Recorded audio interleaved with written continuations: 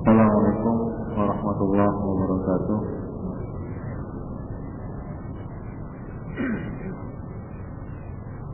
Alhamdulillah. Alhamdulillahilladzi ja'alana minal muttaqin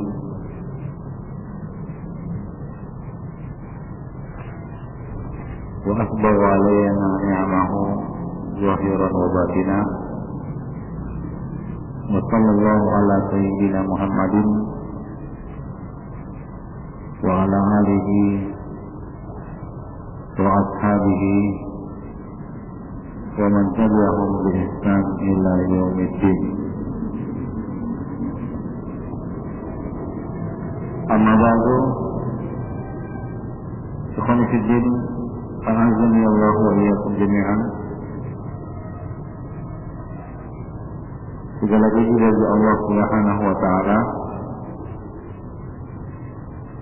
atas karunia dan nikmat-Nya kita dapat bertemu kembali di majelis ini, majelis yang mulia, majelis yang para malaikat menghadirinya dan mendoakan istighfar, memohonkan istighfar, ampunan bagi orang-orang yang hadir di dalamnya. Mudah-mudahan kita termasuk hamba-hamba yang beruntung mendapatkan maghfirah dari Allah Subhanahu wa taala di dalam majelis ini. Ikhwan fillah rahimani wa rahimakumullah. Pada malam ini kita akan melanjutkan kajian kita panduan amal sehari semalam. Kita masuk bab doa, halaman 99, pembahasan tentang doa. Salah satu amalan yang pasti dilakukan oleh seorang muslim sehari semalam adalah doa. Bahkan hidup seorang muslim itu penuh dengan doa. Karena hakikat doa itu adalah pengakuan dari seorang hamba kepada Rabb-Nya bahwa dia adalah hamba yang lemah, hamba yang miskin, hamba yang membutuhkan pertolongan, rahmat dan inayah dari Allah Subhanahu wa taala. Maka dari itu, setiap aktivitas yang dilakukan oleh seorang muslim itu diawali dengan doa. Dan doa adalah ibadah yang sangat agung. Melalui doa ini kita menunjukkan kemahabesaran Allah Subhanahu wa taala, bahwa Allah adalah yang maha kaya, yang berhak untuk diminta. Dialah Rabb yang Ghani, yang maha kaya. Sementara kita manusia adalah fuqara, fakir. Fakir di sini maksudnya adalah membutuhkan Allah Subhanahu wa taala. Betapa kaya pun kita, berapa banyak pun harta yang kita miliki, kita tetap membutuhkan Allah Subhanahu wa taala. Kita perlu meminta dan berdoa kepadanya. Doa ini memiliki kedudukan yang sangat agung dalam Islam.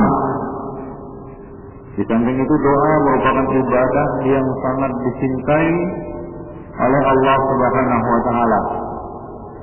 Karena doa merupakan bukti ketergantungan seorang hamba kepada Rabb-Nya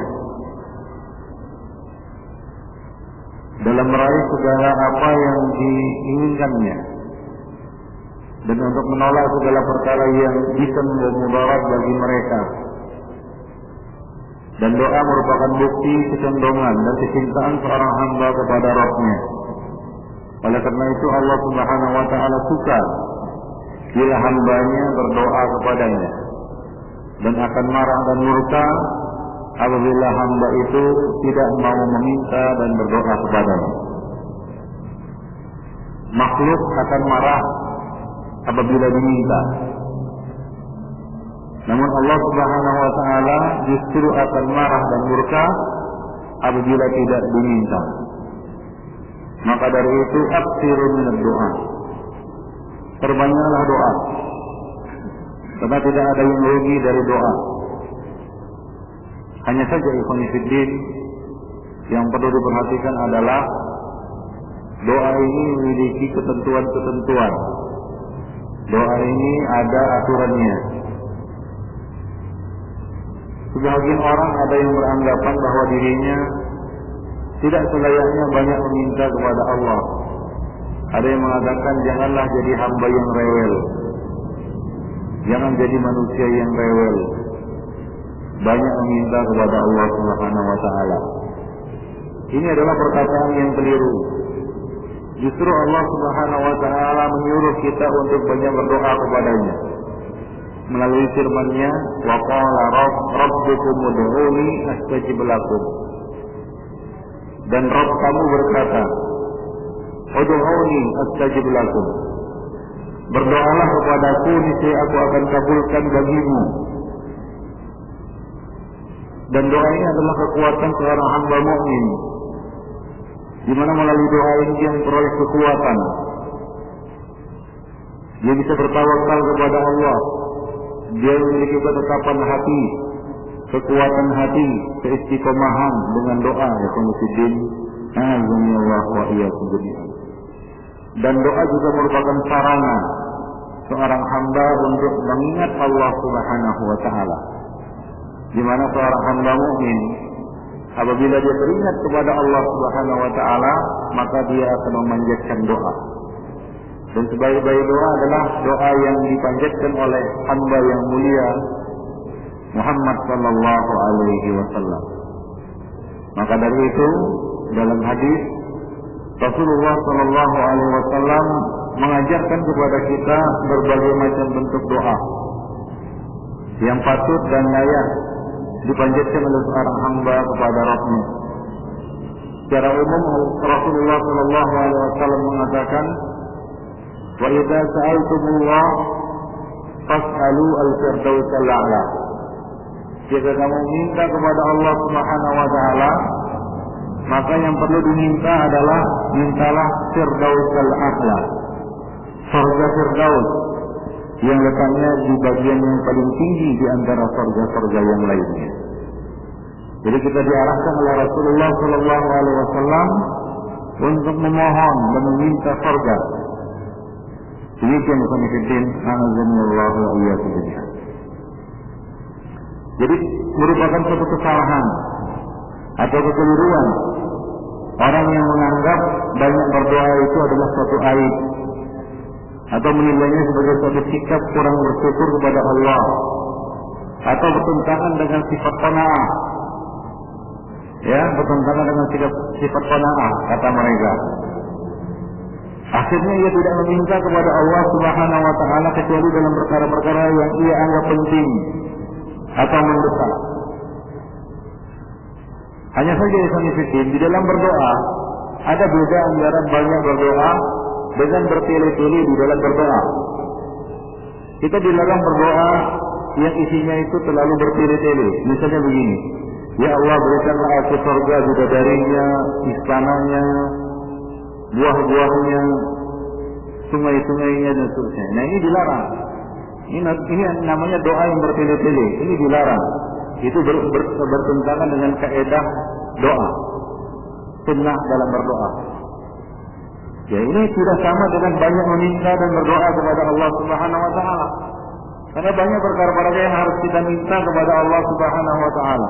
Jadi harus dibedakan antara larangan bertele-tele di dalam doa dengan banyak berdoa. Banyak berdoa itu tidak dilarang, tapi bertele-tele di dalam berdoa itu dilarang. Ya, misalnya bersaja ya di dalam berdoa, atau minta hal-hal yang tidak logis, misalnya ya Allah jadikanlah aku malaikat, ya Allah jadikanlah aku nabi. Ya Allah, jadikanlah aku hamba yang maksum. Ini adalah satu hal yang dilarang dalam doa, walaupun dia berdoa. Jadi doa ada ketentuan dan prosedur yang harus diperhatikan. Ikhwan fillah azani Allah wa iyyakum jami'an. Doa adalah satu ibadah. Dan ini berdasarkan hadis Rasulullah sallallahu alaihi wasallam, ad-du'a huwal ibadah. Doa itu adalah ibadah. Kemudian Rasulullah membaca ayat dalam surat Ghafir ayat 60. Wa qala rabbukum ud'uni astajib lakum. Innal ladzina yastakbiruna an ibadati sayadkhuluna jahannama dakhirin. Dan Allah berfirman, mintalah atau berdoalah kepadaku, niscaya akan kuperkenankan bagimu. Sesungguhnya orang-orang yang menyombongkan diri dari menyembahku, yaitu dari meminta kepadaku. Maksudnya adalah tidak mau berdoa kepada Allah Subhanahu wa taala, tidak mau meminta kepada Allah Subhanahu wa taala. Ini ada dua macam. Pertama, orang yang tidak mau meminta kepada Allah dan tidak meminta kepada selain Allah. Yang kedua, ini yang lebih parah, yaitu orang yang minta kepada selain Allah Subhanahu wa taala. Misalnya diminta kepada jin dan lain sebagainya. Saya berkuluna jahannam dakhirin. Niscaya dia akan masuk ke dalam neraka dalam keadaan terhina. Ya, dia akan masuk neraka dalam keadaan terhina. Dan doa ini akan memberikan manfaat atas izin Allah Subhanahu wa taala. Kekuatan doa itu sangat besar. Bahkan dikatakan bahwa kekuatan kaum muslimin itu terletak pada doa-doa mereka. Dan tidak ada lagi kekuatan pada mereka jika doa-doa mereka sudah terhalang. Doa-doa mereka sudah terhijab. Salah satu penyebab terhijabnya doa adalah makanan, minuman, rezeki yang haram. Ya. Dan banyak lagi fakta-fakta penghalang doa nanti akan disebutkan di sini. Nabi mengatakan ad-du'a yanfa'u bima nazala wa mimma lam yanzil. Fa'alaikum ibadallah du'a. Doa itu bermanfaat bagi apa-apa yang sudah terjadi ataupun yang belum terjadi. Hendaklah kalian banyak-banyak berdoa wahai hamba-hamba Allah Subhanahu wa taala. Ya, jadi doa itu senantiasa mendatangkan kebaikan bagi seorang mukmin. Baik apa yang diminta dalam doa itu dikabulkan maupun tidak dikabulkan. Karena kalau tidak dikabulkan, ya maka Allah Subhanahu wa taala akan mengalihkan kepada perkara-perkara lain yang mungkin lebih bermanfaat bagi orang yang berdoa tadi. Nah, demikian ikhwan fillah rahimani wa rahimakumullah jami'an.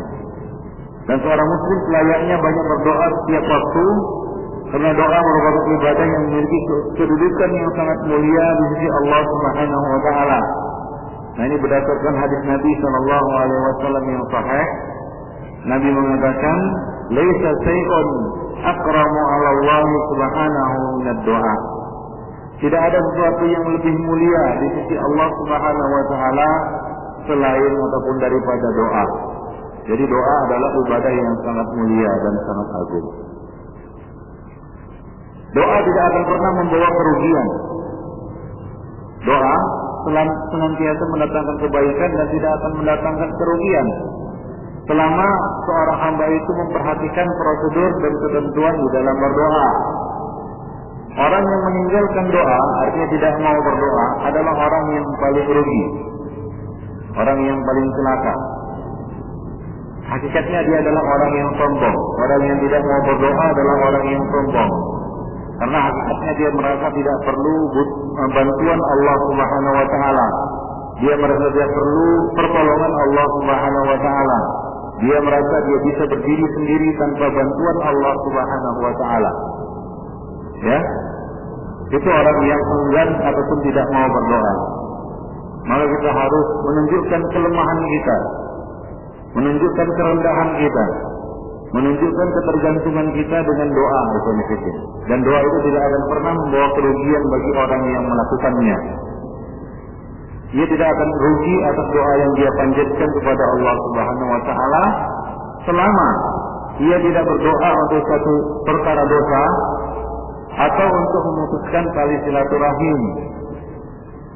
Sebab doa yang dia panjatkan pasti disambut oleh Allah Subhanahu wa taala, bisa dengan mengabulkan apa yang dimintanya di dunia, atau Allah Subhanahu wa taala menangguhkan pemberiannya nanti di akhirat berupa pahala, dan itu lebih besar lagi sebenarnya, atau Allah Subhanahu wa taala akan mencegah keburukan atas dirinya yang setara dengan apa yang ia minta.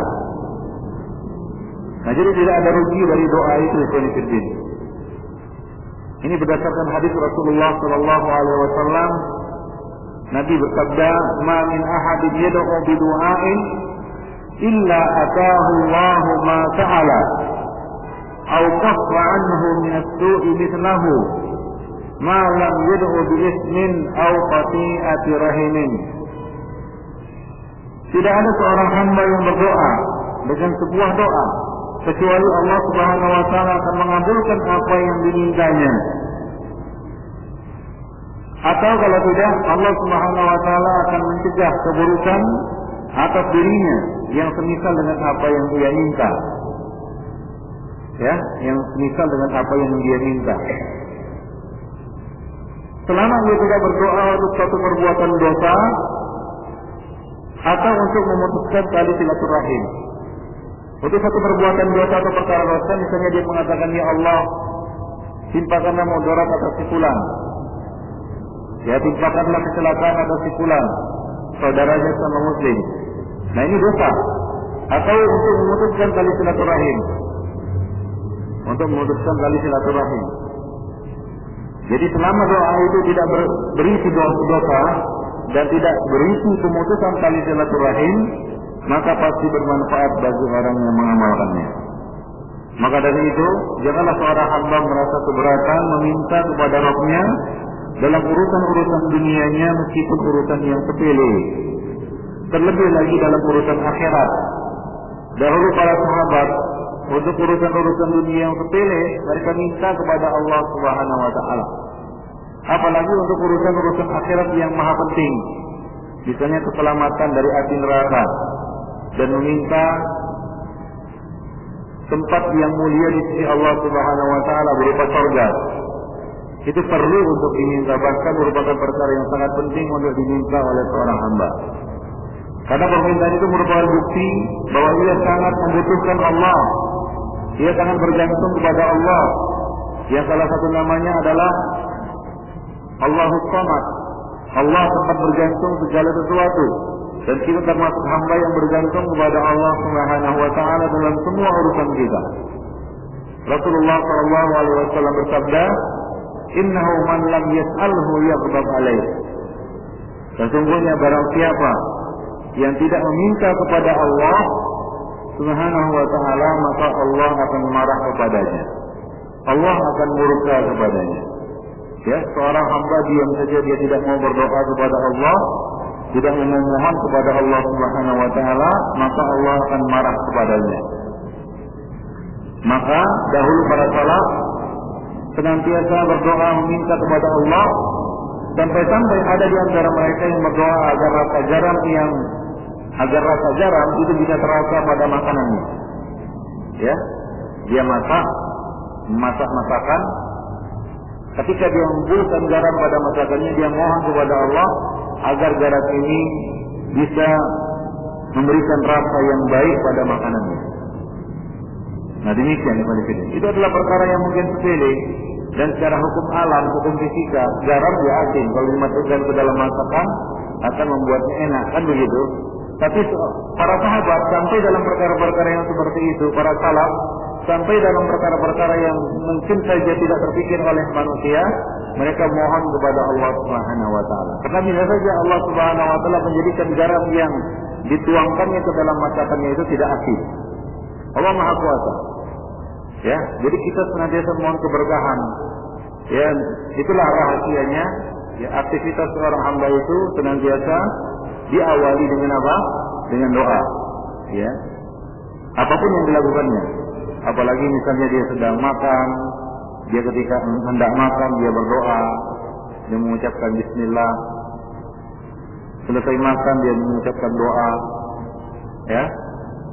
meminta kepada Allah Subhanahu wa taala keberkahan ya dari apa yang dimakannya. Demikian konfidin rahimani wa rahimakumullah jami'an. Baik. Nah, doa yang kita panjatkan kepada Allah Subhanahu wa taala tentunya tidak semuanya mustajab. Ya, tidak semua doa mustajab. Ini harus kita pahami. Ini harus kita sadari. Allah Subhanahu wa taala memang memerintahkan kita untuk berdoa. Ya, tapi hamba-hamba yang berdoa kepada Allah, tidak semua doanya itu dikabulkan oleh Allah Subhanahu wa taala. Apa pasalnya? Ada beberapa penghalang terkabulnya doa. Dan ada beberapa syiar, ada beberapa cara agar doa kita itu bisa mustajab. Ya, doa kita itu menjadi doa yang mutakabbalan, doa yang mustajaban, yang dijawab dan diperkenankan oleh Allah Subhanahu wa taala. Jadi tidak semua doa yang dipanjatkan oleh hamba, oleh manusia itu diperkenankan oleh Allah. Sebagai contoh hadis di mana seorang hamba yang bersafar hingga berdebu, ya rambutnya acak-acakan dan berdebu tubuhnya, dia menengadahkan kepalanya ke langit dan menjulurkan tangannya ke atas tinggi-tinggi seraya berkata, ya Rabbi, ya Rabbi. Tapi bagaimana? Ya, makanannya haram, minumannya haram, pakaiannya haram, dan diberi makan dengan cara yang haram, fa anna yustajabu lidzalika. Lalu bagaimana doanya bisa dikabulkan? Nah, berikut ini kita akan bahas beberapa cara atau kiat untuk meraih doa yang mustajab, agar kita bisa mendapatkan doa yang mustajab. Sebagaimana kita sebutkan bahwa doa itu kekuatan kaum muslimin. Ya, Rasulullah mengatakan innamatun saruna bidu'afaikum, ai bidu'aihim. Sesungguhnya kalian mendapatkan kemenangan dan pertolongan melalui orang-orang lemah dari kalian, yaitu melalui doa mereka. Dalam hadis ini Rasulullah mengisyaratkan bahwa jangan sepilih dengan orang-orang lemah. Ya, karena orang-orang lemah ini lebih sedikit tanggungannya, lebih sedikit bebannya. Pada orang miskin papan, dia lemah yang tidak dipandang oleh manusia. Jangan disepelekan ini. Karena mana tahu, kita tidak tahu, mungkin dari lisan mereka lah doa-doa itu diperkenankan. Demikian ikhwanifiddin azanillahu wa iyyakum jami'an. Baik. Yang pertama adalah memasang niat yang benar dan ikhlas. Doa sebagaimana kita sebutkan ibadah, dan ibadah syaratnya yang pertama adalah ikhlas. Maka di dalam berdoa, ikhlaskanlah permintaan hanya kepada Allah dan lillah, yaitu untuk melaksanakan ibadah kepada Allah Subhanahu wa taala dan menggantungkan kebutuhan kepadanya. Jangan ada unsur riya di situ. Ada orang yang berdoa tapi untuk riya, seperti yang dilakukan oleh sebagian orang sekarang ini, buat majelis-majelis zikir dan doa. Ya, mereka baru menunjukkan kesungguhan di dalam berdoa di dalam majelis itu. Ya, kadang-kadang karena dia berada di tengah-tengah keramaian, barulah terlihat khusyuk doanya dan barulah dia semangat untuk berdoa. Tapi ketika dia seorang diri, dia tidak tergerak untuk berdoa. Hingga amalan yang terbiasa dilakukan di tengah-tengah keramaian seperti ini berpotensi untuk menghadirkan niat yang tidak ikhlas atau riya. Ada juga orang yang berdoa untuk pertunjukan, ya, karena masuk TV acaranya, maka dia pun ikut dalam acara zikir dan doa. Maka dia pun mengkhusyukkan, ya, mimiknya, dia khusyukkan dirinya, ya, kemudian dia berusaha untuk meneteskan air matanya, tapi semua itu riyaan untuk mempertontonkannya kepada manusia. Nah, doa seperti ini tidak akan pernah didengar oleh Allah Subhanahu wa taala. Jadi ikhlaskanlah niat di dalam doa, dan hendaklah kita memiliki niat yang lurus di dalam berdoa. Demikian konfidin, yaitu untuk melaksanakan ketaatan kepada Allah Subhanahu wa taala, ibadah kepada Allah Subhanahu wa taala, dan menggantungkan kebutuhan kepadanya. Karena siapa saja yang menggantungkan hajatnya kepada Allah, niscaya ia tidak akan merugi selama-lamanya. Karena Allah Maha Kaya, lagi Maha Pemurah, Ghaniyun Hamid, lagi Maha Kaya, lagi Maha Terpuji. Ya, Allah Subhanahu wa taala membentangkan kedua tangannya dan mencurahkan karunia-Nya kepada siapa saja di antara hamba-hambanya yang mau memohon kepadanya. Allah Subhanahu wa taala akan turun ke langit dunia pada sepertiga akhir malam, kemudian berkata, "Man yas'aluni fa'astajib lakum." Siapakah yang mau minta kepadaku, niscaya aku akan kabulkan baginya. Demikian Allah Subhanahu wa taala menawarkan, memberikan penawaran kepada hamba-hambanya yang bangun di sepertiga akhir malam. Siapakah yang mau pergi berdoa kepadaku? Ini tawaran dari Allah Subhanahu wa taala. Nah, kalau Allah yang menawar, Allah Subhanahu wa taala tidak akan menyalahi janjinya. Allah memberikan tawaran, kemudian Allah Subhanahu wa taala berpaling dari tawaran itu. Tentunya tidak. Maka Allah mengatakan, niscaya aku akan kabulkan, aku akan berikan untuknya. Ya, aku akan kabulkan permohonannya, permintaannya. Nah, demikian ikhwan. Jadi hendaklah kita ikhlas di dalam berdoa kepada Allah. Nah, khususnya para penuntut ilmu, ya, harta yang paling berharga bagi seorang insan adalah ilmu. Dan ilmu itu tidak turun begitu saja. Ilmu itu harus diminta kepada Allah Subhanahu wa taala. Kita harus memohonnya kepada Allah Subhanahu wa taala. Dahulu para ulama sebelum mereka menuntut ilmu atau belajar hadir di majelis, mereka berdoa kepada Allah. Allahumma inni as'aluka ilman nafi'an. Bahkan salah satu di antara doa yang dibaca dan selalu dibaca oleh Rasulullah sallallahu alaihi wasallam selesai salat adalah Allahumma inni as'aluka ilman nafi'an. Ya, wa rizqan thayyiban wa amalan mutaqabbalan. Ya Allah, aku minta kepadamu ilmu yang bermanfaat, rezeki yang baik, yang halal dan thayyiban, dan amal yang mutaqabbalan, amal yang diterima di sisi Allah Subhanahu wa taala. Jadi yang pertama diminta apa? Ilmu. Dalam hadis itu sebutannya yang pertama apa? Ilman nafi'an. Mohon kepada Allah ilmu yang bermanfaat. Maka para penuntut ilmu hendaklah mereka tidak putus untuk memohon kepada Allah Subhanahu wa taala agar diberi dan dibuka pintu hatinya untuk menerima ilmu dari Allah Subhanahu wa taala. Karena sebagaimana yang dikatakan oleh Al-Imam Syafi'i bahwa ilmu itu adalah karunia. Pemahaman yang benar di dalam agama itu adalah karunia. Dan karunia Allah tidak akan diberikan kepada sembarang orang. Ya, hanya hamba-hamba pilihan yang Allah beri.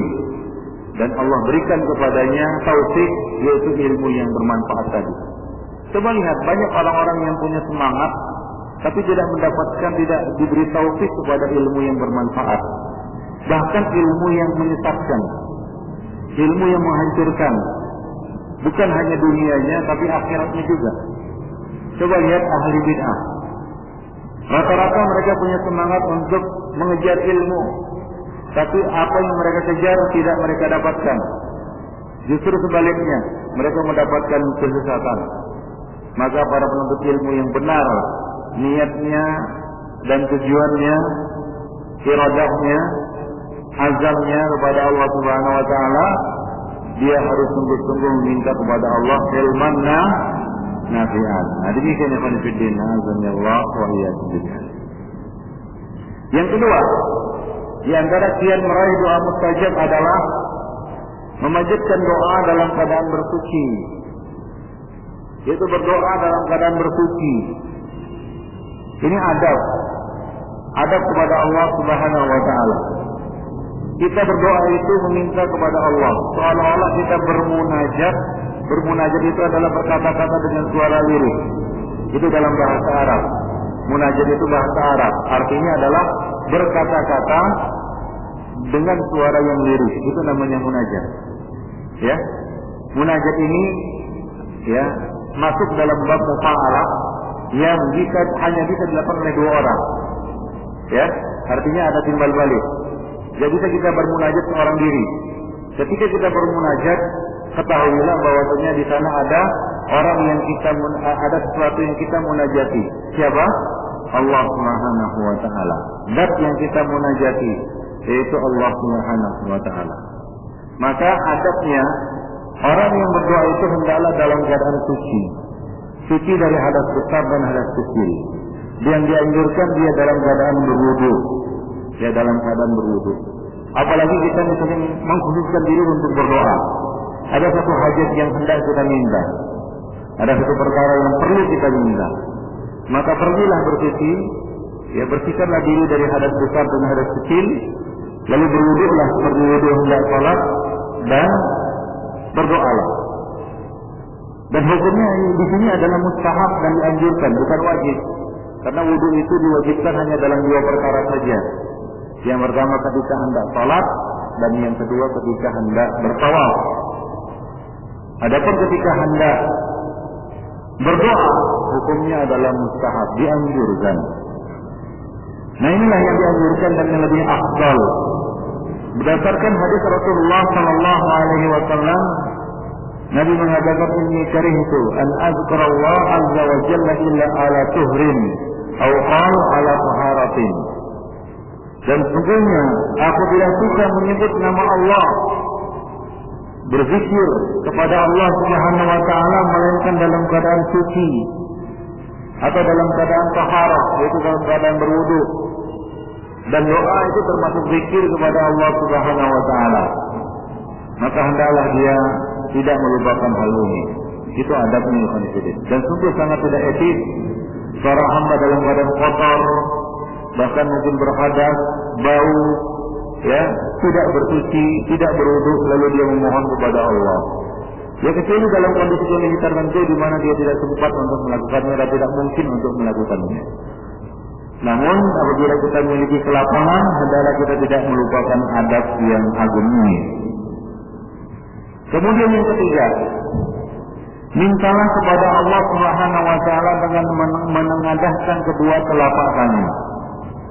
Itu mohon kepada Allah dengan menengadahkan kedua telapak tangan. Yaitu di dalam doa-doa yang sifatnya mutlak. Ya, misalnya kita punya hajat sesuatu, lalu kita ingin minta kepada Allah Subhanahu wa taala, kita bangun pada malam hari atau pada waktu-waktu tertentu yang mana itu adalah waktu dikabulkannya doa. Di antaranya adalah setiap hari di sepertiga akhir malam dan khusus pada hari Jumat, yaitu antara waktu ba'da asar sampai maghrib. Itu adalah waktu di mana doa seorang hamba dikabulkan. Maka dia panjatkan tangannya tinggi-tinggi, dia ulurkan tangannya, dia tengadahkan tangannya, kedua telapak tangannya, dia bentangkan kedua telapak tangannya, lalu minta kepada Allah Subhanahu wa taala. Rasulullah sallallahu alaihi wasallam bersabda, "Jika sa'altumullah fas'aluhu bi butuni aqtikum wa la tas'aluhu bi zuhuriha." Jika kamu minta kepada Allah Subhanahu wa taala, maka mintalah dengan menengadahkan telapak tangan, dan janganlah kamu mintanya dengan menengadahkan punggung telapak tangan, yaitu seperti ini. Jangan seperti ini. Kita mohonnya kepada Allah Subhanahu wa taala seperti ini. Nah, seperti itu. Kaifiatnya adalah dengan mengarahkan telapak tangan ke wajah, sebagaimana yang dicontohkan oleh Rasulullah sallallahu alaihi wasallam. Itu mengarahkan telapak tangan ke wajah. Begitu. Nah, seperti itu konfident. Azanillahu wa iyyakum. Atau dengan cara mengangkat tangan hingga nampak putih ketiaknya, yaitu bagian dalam ketiak, yaitu mengangkat tangan tinggi. Nah, seperti itu. Ini berdasarkan sabda Rasulullah sallallahu alaihi wasallam, "Ma min 'abdin yarfa'u yadayhi hatta yabduwa ibtuhu yas'alu Allah mas'alatan illa ataha iyyahu." Tidaklah seorang hamba mengangkat kedua tangannya, rafa' artinya mengangkat tangan tinggi-tinggi, hingga nampak ketiaknya. Tidak mungkin nampak ketiaknya, ya tentunya dengan ujung pakaian yang tidak berkancing seperti ini ya. Ya misalnya dengan baju seperti itu, mengangkat tangan tinggi tentu akan menampakkan putih ketiak. Itu artinya dia mengangkat tangan tinggi-tinggi memohon kepada Allah, lalu memohon dia kepada Allah Subhanahu wa taala dengan satu permohonan, kecuali Allah Subhanahu wa taala akan mengabulkan permohonannya itu. Nah, kaifiat seperti itu menunjukkan ketergantungan seorang hamba kepada Allah Subhanahu wa taala dan kebutuhannya kepada Allah. Jadi di sini kita sebutkan ada dua kaifiat di dalam berdoa. Yang pertama adalah kita berdoa dengan menengadahkan telapak tangan ke wajah, yaitu menghadapkan telapak tangan ke wajah, menghadap ke atas. Itu seperti ini. Yang kedua, mengangkat tangan tinggi-tinggi seperti ini. Nah, kalau mengangkat tangan tinggi-tinggi seperti itu, jangan disinikan, jangan dirapatkan. Itu direnggangkan seperti itu. Nah, seperti itu ya kaifiat berdoa, kaifiat mengangkat tangan di dalam berdoa. Demikian Allah wa iyyakum. Dan ini berlaku untuk doa-doa yang sifatnya mutlak, artinya tidak terkait dengan waktu dan tempat tertentu. Jadi tidak perlu antum masuk WC kemudian mengangkat tangan berdoa. Ya, kemudian keluar WC mengangkat tangan berdoa. Kemudian masuk masjid mengangkat tangan berdoa. Itu doa yang sifatnya itu muqayyad, tidak boleh dilakukan kecuali dengan tata cara yang dilakukan oleh Nabi. Nabi tidak pernah setiap kali masuk masjid mengangkat tangan berdoa. Ya, bukan berarti kalau berdoa tidak perlu mengangkat tangan. Nabi juga mengajarkan kepada kita, kalau kamu berdoa maka berdoalah dengan menengadahkan bagian dalam telapak tangan kamu. Ya, yaitu mengarahkannya ke wajah. Jadi Nabi juga menganjurkan untuk berdoa dengan mengangkat tangan, tapi tidak dalam semua doa. Dalam doa-doa yang bersifat mutlak. Demikian ikhwan fillah, azani Allah wa iyyakum.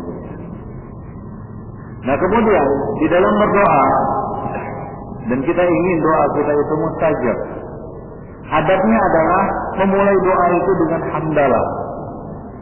Dengan apa? Hamdalah. Puji-pujian kepada Allah Subhanahu wa taala. Ini adabnya. Nah, kalau kita meminta kepada seseorang, kita dahulukan dengan puji-pujian. Ya, kadang-kadang kita memujinya, kan begitu ya. Kita menyebutnya dengan sebutan yang baik, kan begitu. Lalu barulah kita utarakan apa yang kita inginkan darinya. Kita meminta sesuatu darinya. Tidak to the point. Ya, jangan to the point. Dalam meminta kepada Allah Subhanahu wa taala langsung saja angkat tangan tinggi-tinggi, ya, lalu dia mohon kepada Allah, ya Allah berikan aku jodoh. Nah, ini kurang adab namanya. Ya, Allah Maha mendengar doa dan Allah suka hambanya berdoa. Tapi hendaklah hamba itu juga menjaga adab di dalam berdoa. Ya, mulailah doa itu dengan hamdalah, puji-pujian kepada Allah, ya, penyebutan syukur kepada Allah Subhanahu wa taala. Tidak terburu-buru langsung kepada apa yang diminta. Nah, hal itu akan membuat doa kita lebih terkabulkan. Rasulullah Shallallahu Alaihi Wasallam pernah mendengar seorang laki-laki berdoa, ya, itu berdoa dalam sholatnya, dan dia tidak mengagungkan Allah dan tidak bersalawat atas Rasulullah Shallallahu Alaihi Wasallam. Maka Rasulullah bersabda, orang ini terburu-buru, yaitu terburu-buru dalam doanya. Sehingga Rasulullah memanggilnya dan berkata kepadanya, "Idza shalla ahadukum falyabda' bi tahmidillah wa tsana'i 'alaih, thumma yusalli 'alaihi 'ala Nabi sallallahu alaihi wasallam, thumma yad'u ma ba'du bima syaa." Nabi mengatakan, apabila salah seorang dari kamu hendak berdoa, hendaklah ia memulainya dengan mengucapkan hamdalah serta puja dan puji kepada Allah Subhanahu wa taala. Itu salah terjemah. Itu bukan salat tapi berdoa. Salat di sini doa artinya. Karena salat artinya doa. Itu dikoreksi kalau yang punya buku itu diganti saja. Doa itu bukan salat. Apabila salah seorang dari kalian hendak berdoa, akan berdoa, hendaklah ia memulainya dengan mengucapkan hamdalah serta puja dan puji kepada Allah Subhanahu wa taala, kemudian bersalawat atas Rasulullah sallallahu alaihi wasallam, kemudian setelah itu ia berdoa dengan apa yang diinginkannya. Demikian saja ya pertemuan kita pada malam ini, mudah-mudahan ada manfaatnya. Lebih dan kurang saya mohon maaf. Aku qouli hadza wa astaghfirullah li wa lakum khairul muslimin innahu ghafurur rahim. Subhanallahi wa bihamdihi, asyhadu an la ilaha illa anta, wa astaghfiruka.